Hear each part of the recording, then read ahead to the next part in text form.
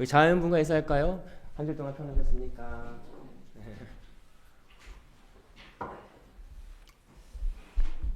네, 오늘부터 3주간 기도라는 주제를 가지고 말씀을 나누고자 합니다.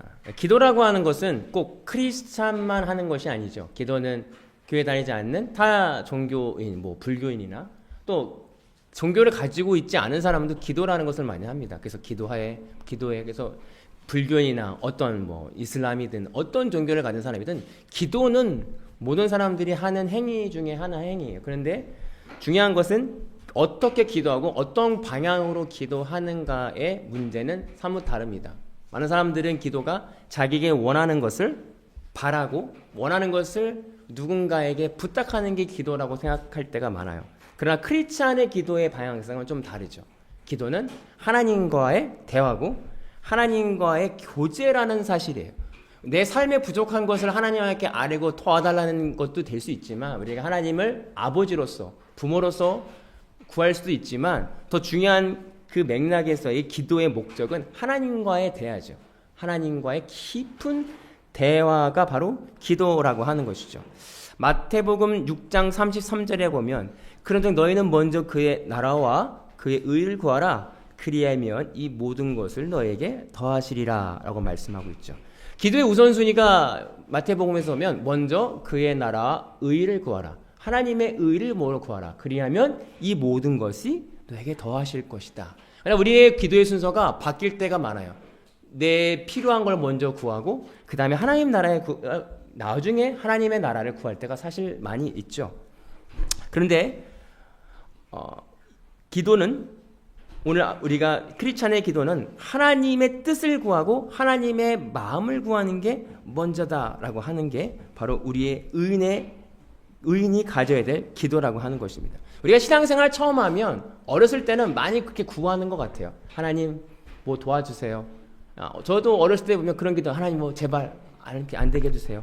그런데 신앙에 잘하면 잘할수록 이제 더 이상 달아주세요 주세요 하는 기도에서 다른 정적 성숙이 일어나면서 더 이상 달라고 하는 기도보다 하나님의 뜻을 구하고 하나님의 뜻이 내 삶 가운데 이루어지게 해달라고 하는 나를 내려놓고 나를 부인하는 기도로 바뀌게 되는 성장하게 되는 기도의 방향성이 바뀌어야 된다는 거예요. 그런데 신앙생활을 아무리 오래 해도 여전히 우리가 어린아이와 같은 뭐 주세요 뭐 하게 해주세요 뭐 하게 해주세요 라고 한다면 기도의 성숙이 없다라고 말하고 있다는 거죠. 오늘 우리의 기도의 능력은 의인의 간구가 오늘 말씀을 통해서 내 기도의 방향성과 의인의 간구가 어떤 힘이 있는지에 대해서 함께 은혜를 나누고자 합니다. 6절에 보면 너희는 의인의 정죄하고 죽었으나 그는 너희에게 대항하지 아니하였느니 라고 말씀하고 있어요. 오늘 1절에 보면 부자들이 나와요. 부자들은 너의 재산을 축적하고 너희가 오로지 죽음에 가까워 있는지도 모르고 너의 재산을 축적하는구나. 그러나 의인들은 너희는 의인을 정죄하였고 그들은 너희를 대항하지 아니하였다라고 말해요. 4절에 보면 보라 너희 밭에 추수한 품꾼에게 주지 아니한 싹의 소리를 지르며 그 추수한 자의 우는 소리가 만군의 주 귀에 들렸느니라. 여러분 부자가 어떻게 부자가 되냐면 합법적으로 그리고 정직하게 부자가 되는 건 이 땅에서 굉장히 어려운 일이에요. 아직 극히 일부입니다. 대부분 부를 축적하게 된 이유는 뭐냐면 노동을 착취하거나 줘야 될 돈을 안 줘서 자기 돈으로 움켜져서 얻은 부가 대부분이에요. 여러분 부자들, 갑자기 부자가 된 사람들, 또 수많은 그 부를 가지고 있는 사람들의 그 속을 들여다보면 가난하고 어려운 사람들의 돈을 가지고 본인이 축적해서 얻은 부가 대부분이라는 거예요. 오늘 그 야고보서의 기자는 그 부자들을 향해서 경고합니다. 너의 부 가진 그 부가 결국 가난하고 힘없는 사람들 거를 합법적으로 편법적으로 너희가 가져가서 얻은 축적이 아니냐. 그래서 잠언 30장 8절에 보면 곧 헛된 것과 거짓말을 내게서 멀리 하옵소서. 나를 가난하게도 마시고 부하게도 하지 마시고 오직 필요한 양식으로 나를 먹이시옵소서. 오늘 우리의 구해야 될 것은 필요한 양식을 오늘 일용할 양식입니다. 부하게도 마시고 가난하게도 마시고. 오늘 우리가 기도해야 될 것은 일용할 양식을 구하는 기도를 해야 된다라고 하는 거예요. 그러나 오늘 제가 오늘 이 말씀을 통해서 포커스하고 싶은 건, 더 집중하고 싶은 것은 오늘 그들이 대항하지 않았다. 오늘 가난한 자들이 오늘 의인이라고 말하는데 그 가난하다고 해서 다 의인이 아니라 가난하고 힘들고 억울한 일을 당했어요. 자기의 품삯을 받지 못했어요. 그러면 당연한 거예요. 대항하는 게 당연한 거 아닐까요? 왜 돈 주십시오. 내가 일을 했는데 왜 돈을 안 줍니까? 그 주인을 하여금 대항하는 것이 마땅한데 오늘 6절에 보면 너희는 그 의인을 정죄하고 죽였으나 그는 너희에게 대항하지 아니하였다. 어떻게 대항하지 않을 수 있었을까? 어떻게 대항하지 않을 수 있었을까? 오늘 그들이 자기의 품삯을 받지 못했어요. 당장 먹고 살 수 있는 그 먹을 것이 없는 그 중에 그들은 어떻게 품삯을 받지 못한 주인에게 대항하지 않을 수 있었을까? 우리가 억울한 일을 당할 때 치밀어 오르잖아요. 아, 진짜 내가 하지도 않은 일 가지고, 그리고 복수하고 싶잖아요. 2배로 갚아줘야지. 돈 안 줘? 그럼 2배로 내가 뭔가 해치든지 기물을 파손하든지, 오늘 그 악한 마음이 있는데 오늘 어떻게 그들은 복수하지 않을 수 있었을까? 오늘 그들에게 요마서 1장 17절의 복음은 하나님의 의가 나타서 믿음으로 믿음에 이르게 하나니 기록된 바 오직 의인은 믿음으로 말미암아 살리라 함과 같으니라 라고 말씀하고 있죠. 오늘 그리 믿음입니다. 오늘 그리 가난한 자들의 믿음이 뭐였냐면 이 땅의 주인이 하나님이라는 사실이에요. 이 천지 만물을 주관하시는 분이 하나님을 그들은 울부짖음을 통해서 깨닫게 돼요. 오늘 보면 4절에 보면 하나님이 그 음성을 들었다. 그들의 부르짖음을 들었다고 했어요. 그들은 받지 못한 임금을 가지고 하나님 앞에 토설합니다. 하나님한테 항의합니다. 하나님 돈 못 받았어요. 배고파요. 그랬을 때 그 하나님이 그들을 향해 그 하나님의 기도를 들으시고 그들에게 하나님의 마음과 하나님의 뜻이 무엇인지를 깨달았을 때 그들은 더 이상 그들의 죄와 그들이 공격하는 대상이 사람이 아니라 하나님이 나에게 주신 뜻을 발견하게 되는 때에 비로소 대항하지 않는다는 거예요. 이것이 우리 인간의 이해는 도저히 이해되지 않습니다. 바보 같잖아요. 대항하지 않아. 대항하는 게 맞죠. 그러나 모든 일이 주관하시는 분이 하나님이라는 사실을 그들이 기도를 통해서 그들의 마음을 토로함을 통해서 깨달았다는 거예요. 그러면 우리 삶 가운데 동일하게 억울한 일을 당할 때가 있어요. 이건 정말 내가 하지 않을 일인데 왜 나에게 부당한 일이 당할까? 하나님 앞에 온전히 그 일을 가지고 매달리고 항의할 때 하나님의 마음을 깨닫습니다. 억울할 때 억울한 일이 아니면 내 안에 불평과 분냄과 화냄이 올라오지 않아요. 그러나 그 화냄과 분냄을 하나님 앞에 토로할 때 그 그리스도의 십자가의 은혜로 그가 내 안에 있는 화가 죽어지는 것을 경험하는 거예요. 그리고 하나님 뭔가 뜻이 있겠지. 하나님의 선하신 뜻이 있겠지라고 내가 믿어지는 거, 그것을 내가 받아들여지는 거, 이것이 복음입니다. 그리고 이것이 은혜예요. 더 이상 대항하지 않아요. 세상을 향하여 내 뜻을 피격하지 않습니다.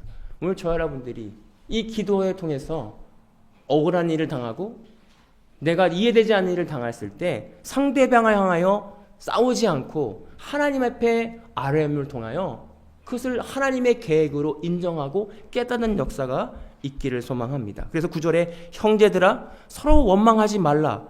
그리하여 심판을 면하라. 보라 심판주가 밖에서 계시느니라 라고 말씀하고 있어요. 우리가 가장 어려운 게 뭐냐면 우리 인간의 가지고 있는 도덕적 판단을 내려놓는 것입니다.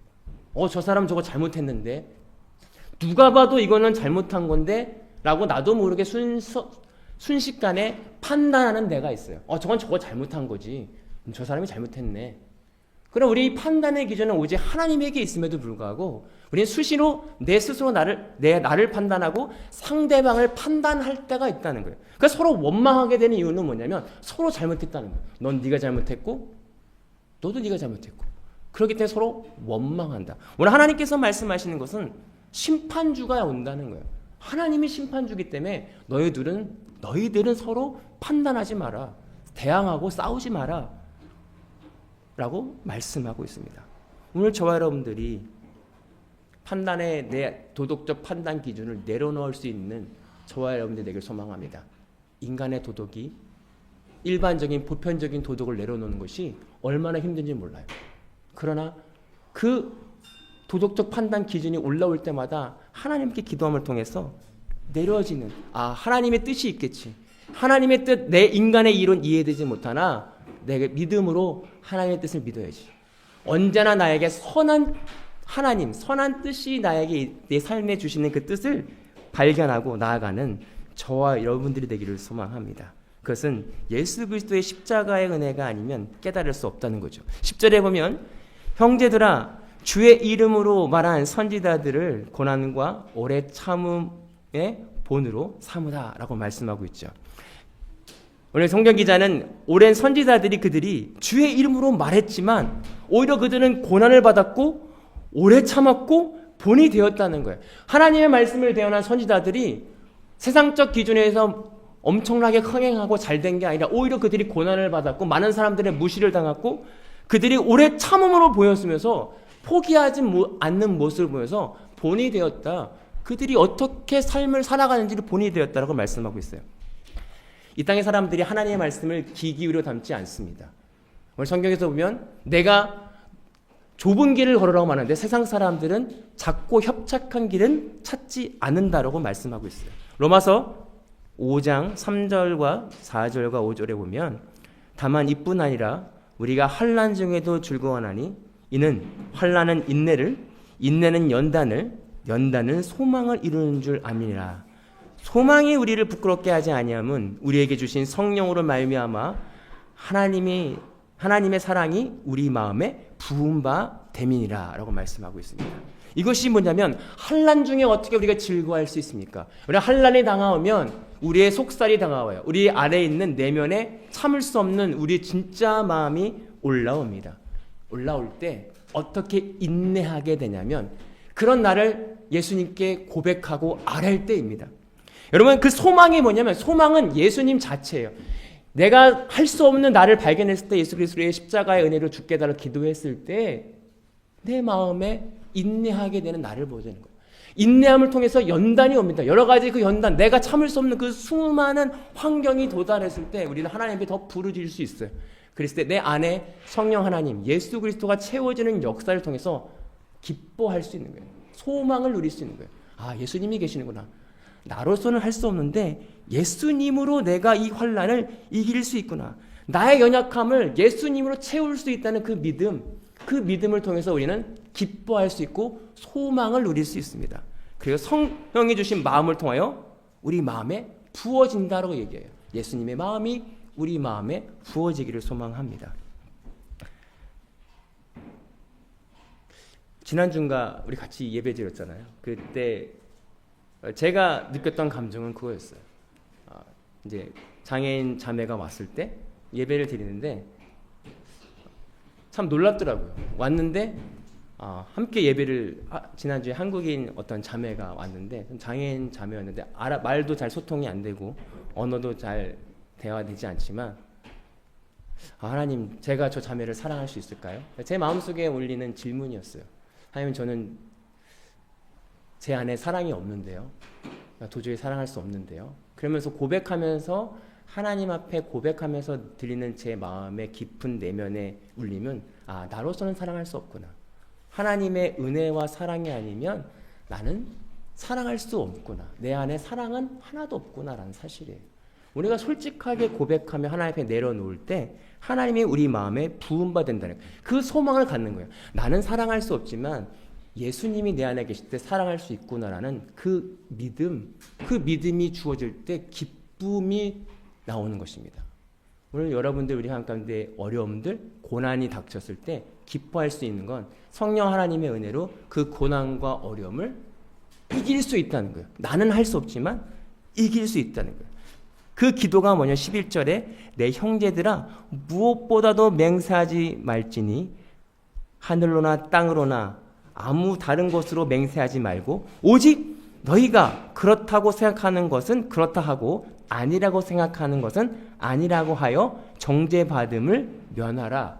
그 당시에 어떤 일이 있었냐면 내가 하나님의 이름으로 맹세하는 거예요. 우리가 그런 맹세 많이 하잖아요. 정말 나 하나님 이름 두고 맹세해? 정말 안 했어? 이 이야기는 뭐냐면 자기의 정직함과 자기의 진실함을 증명하기 위해서 하나님의 이름을 들이댄 거예요. 그러나 오늘 말씀에서 그렇게 하지 말라는 거예요. 맞으면 맞다, 아니면 아니라 하라는 건 하나님 앞에 솔직히 고백하라는 거예요. 하나님, 저는 이거 할 수 없습니다. 저는 두렵습니다. 저는 화가 납니다. 저는 미움이 있습니다. 저는 다른 사람을 향하여 사랑할 수 없습니다. 라는 우리 그 솔직한 마음을 토로하는 것이 좋다는 거예요. 그래야 하나님이 우리를 치유해 줄 수 있다라고. 여러분, 기도하는 사람들의 첫 번째 의의 기도의 특징이 뭐냐면 솔직함이에요. 하나님, 저는 이렇습니다. 저는 자존심이 강합니다. 솔직한 기도가 하나님이 원하시는 기도다라고 하는 것이죠. 16절에 그러므로 너희 죄를 서로 고백하여 병 낫기 위하여 서로 기도하라.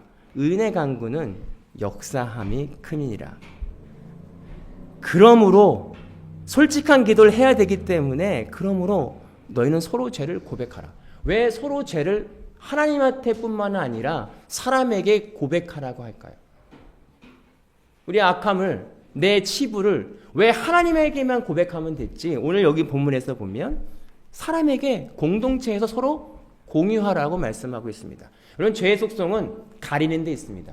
죄는 가려지길 원해요. 근데 예수님 그리고 성령 하나님이 우리의 마음 가운데여서 우리가 하신 일이 뭐냐면 죄를 드러나게 하시는 거예요.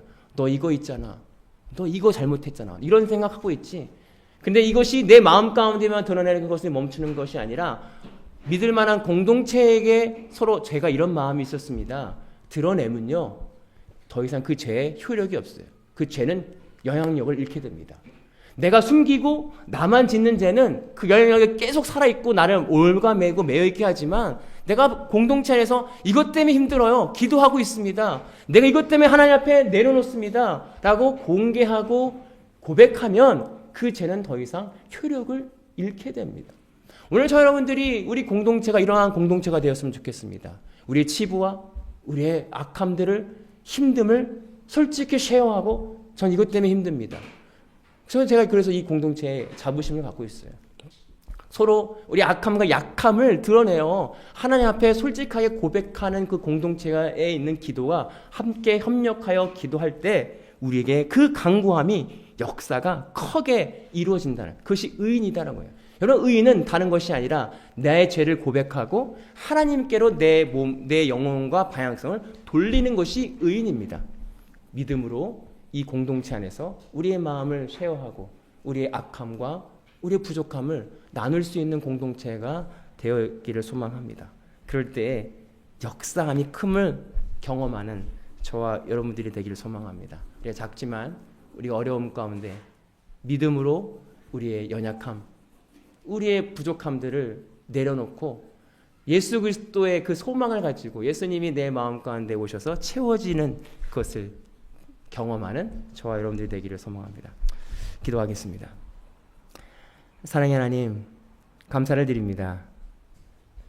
우린 연약하고 우린 부족하지만 그러나 겉으로 더 거룩해 보이려고 노력했고 겉으로 더 내가 신앙인 것처럼 보일 때가 있습니다. 그러나 하나님 원하시는 것은 겉사람이 아니라 우리의 속사람의 진짜 모습일 줄 믿습니다.